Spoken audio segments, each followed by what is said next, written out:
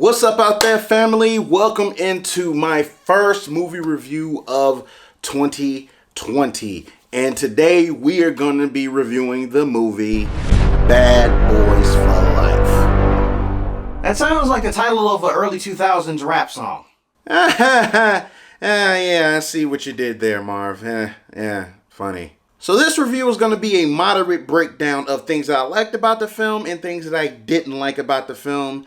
And also, no spoilers required. You mean we won't be subjected to your 45-minute breakdown of spoiler details? Someone up there still favors us. Marv, did it ever occur to you that some people may be looking forward to my in-depth analysis about spoilers?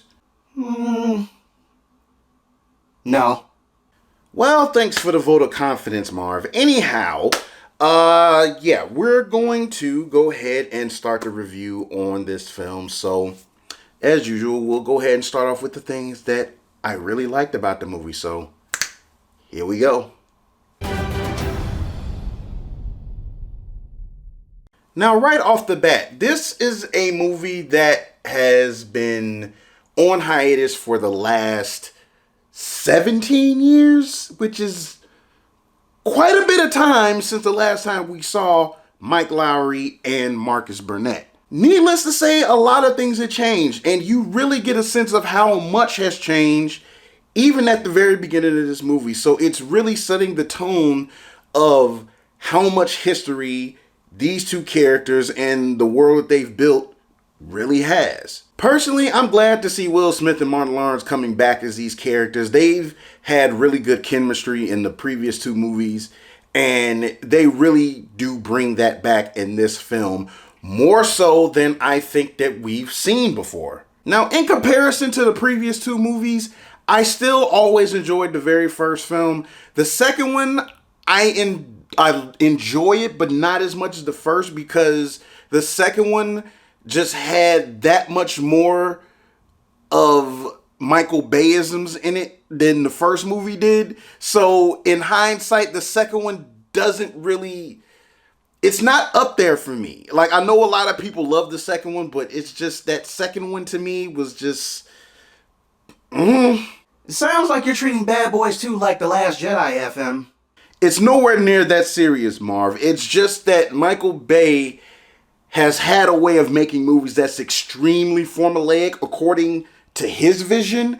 And throughout his filmography, that's one of those movies that kind of started just feeling like the same beats over and over again. Huge explosions, really quirky, humanistic characters and whatnot. I mean, it just has Michael Bay written all over it. That's all I'm saying. Now, with all that being said, this movie is not directed by Michael Bay, so that was already a plus in my book. Ah, there's the fanboying against Michael Bay. There it is.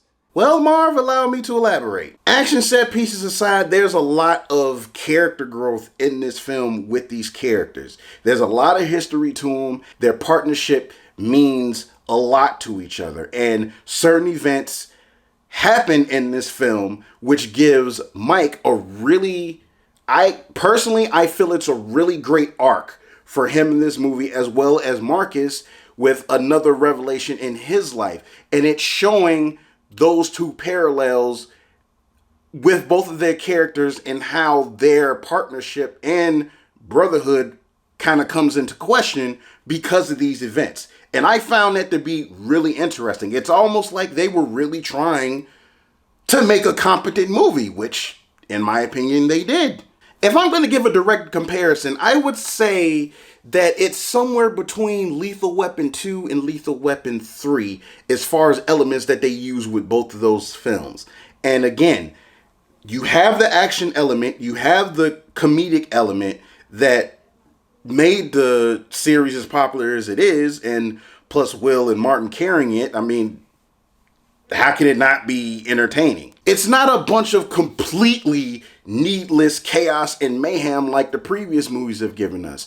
Granted, it's still a very fun action movie. There's a lot of exciting moments in it, but again, it's not the heart of the movie. Like, that's not what drives this movie. And I really feel that the more down-to-earth human, the human bond part of this movie that really carries it. And I thought that this was a really good turn of pace for this franchise. So what you're saying is if you've seen Lethal Weapon 2 and 3, you don't have to watch this movie.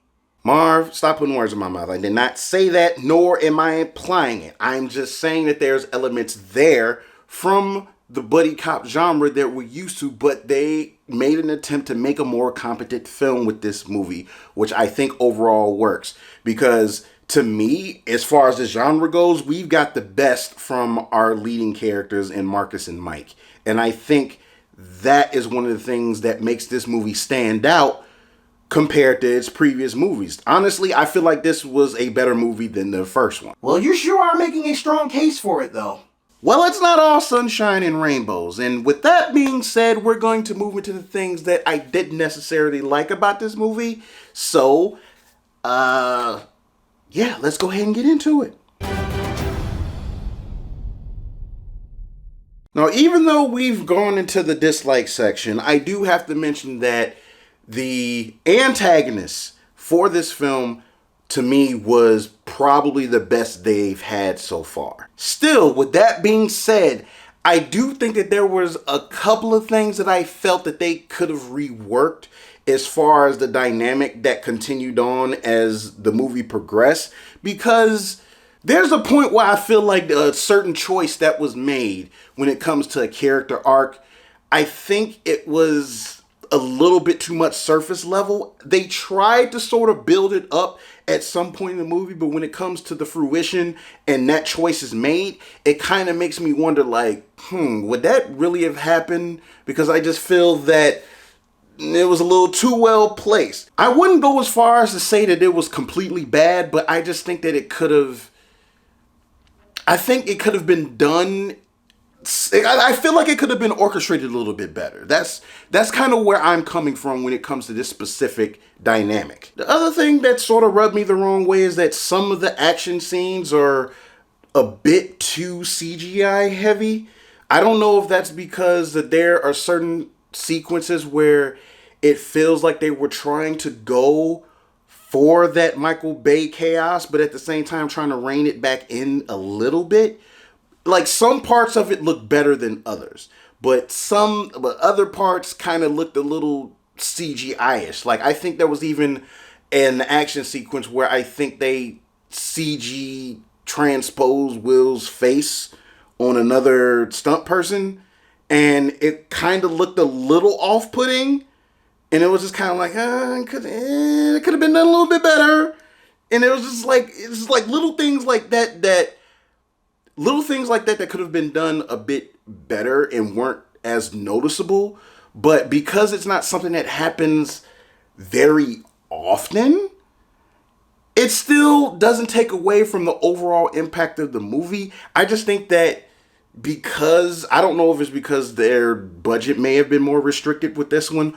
Who knows? But hopefully, going forward, because they've already said that they wanted to make another one, that they do try to go more practical when it comes to certain things. Obviously, with the bigger stuff, I know that they have to rely on CG to some extent, but hopefully they could do it in a more crisp fashion to where it's not so off-putting. Well, not everyone has that Disney money for CGI. I mean, this is Sony we're talking about. Yeah, you got a point there, Marv. I mean, Sony, hey, all I can say is that so far they're starting the year off right with this film. How they go about with the rest of the stuff coming out under that banner has to be we gotta sit and wait and see what they do. So, but overall, I think though that's the extent of the things that I didn't like about the film. But it wasn't enough to where I felt it took away from anything as the film as a whole. So for my final thoughts, I really feel that this was a really good action comedy type of film for this franchise that's been with us since 95, I want to say. I can't really remember, but I'm pretty sure it's 1995. But I find it kind of interesting that it still has as much life in it after all of these years. And there's still a gap between each film. You had the first one, and then you had an 8-year gap between that and the second one. Then you have a 17-year gap between the second one and this film. But it's really giving you a sense of how much time has passed and how many different life-changing things has taken place, almost in the same vein as the Lethal Weapon franchise, because again, we've had 4 of those, and again, so many different things have taken place to where you see these characters grow, and they are really going for that very same thing with this movie. I mean, even a lot of the same people still come back, and that's something that we haven't necessarily seen since Lethal Weapon. I mean, you could kind of say the Fast series, but I mean, sort of. That's something to interpretation. That's clearly up to you. Hey, if an action comedy series lasts more than 2 movies, it's the same thing. Don't really know if I agree with that, Marv, but you're not entirely wrong. So, with all that being said, Bad Boys for Life gets my marvelous score of 8.5 out of 10. I have to say that this movie was better than I thought it would be.